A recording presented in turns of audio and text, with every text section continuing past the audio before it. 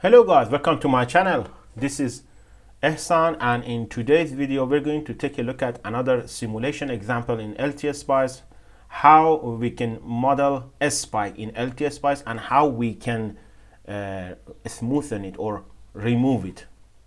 Okay, now here is the PWL example in LTSpice that I'm going to define the spike first of all, and this is a really simple resistor divider circuit, 50 kilo ohm in there and 1 mega ohm in there, to have the V out almost close to V in, the final value of V in, which is 12 volts.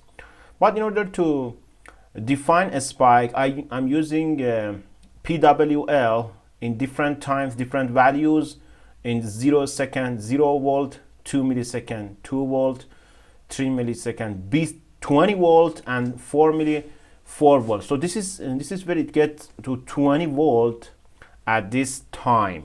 So this is a spike. Now first of all, I'm going to run this simulation and see the V input. V in, as you can see here, so this is a spike when it suddenly changes the value for any particular reason in your circuit. Now how we can handle this, how we can smoothen it or down in this spike.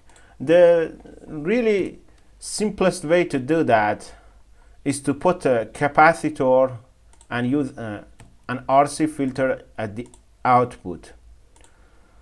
But how about the value of this capacitor? This is something that I'm going to discuss with you. Let's just, for the sake of simplicity, use 1 nanofarad in here. Let's just before that see the output. As you can see, the output is look the same as the input, but having this capacitor 1 nanofarad, we can see the changes. You see the change is really negligible at the output because the value of the resistor is not quite right. Now how we can choose a value of this capacitor to somehow remove this spike? Now you can see here the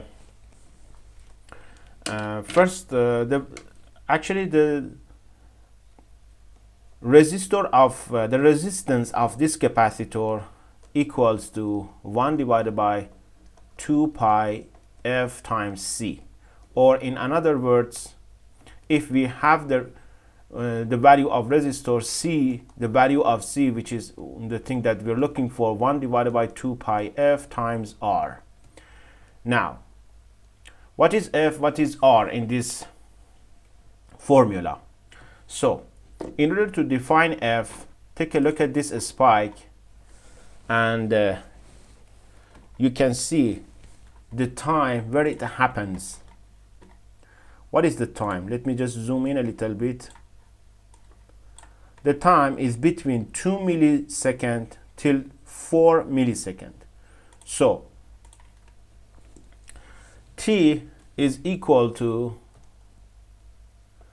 2 milliseconds. So F is equal to 1 divided by 2 milliseconds. Now how about the resistor?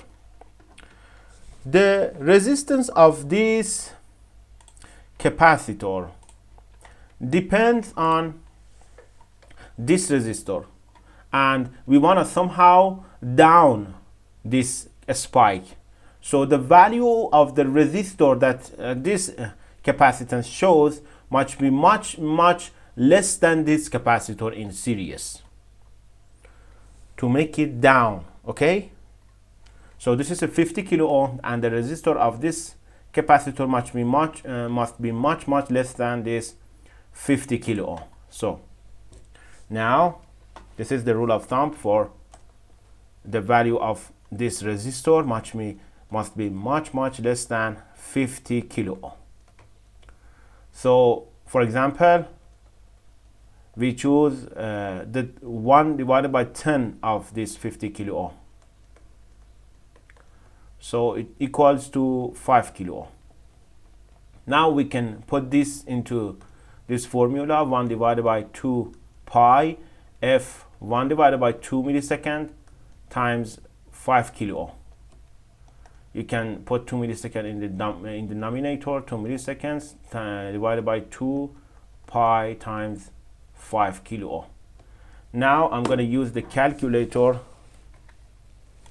to find the value of this capacitor.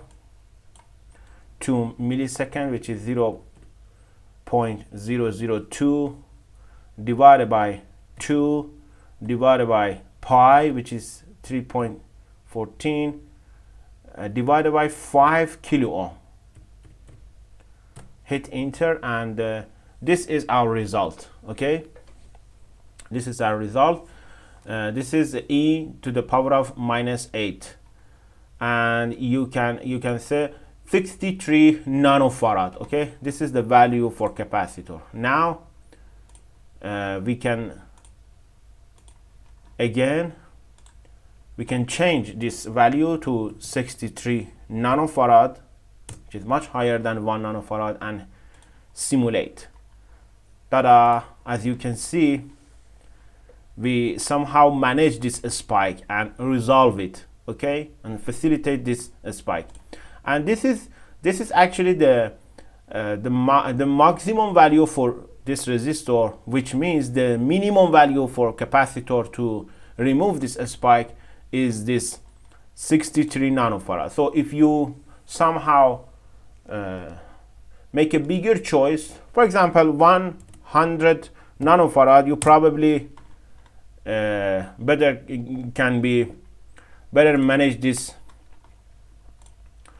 spike. As you can see, this is how it removes it completely, but it somehow take it much more slow in the output, with a little degradation in the output. So be careful if you do that, how much speed you want in the output, okay, the response of the output, how much you want to be, because this is the RC filter that's gonna make your output a little bit slower.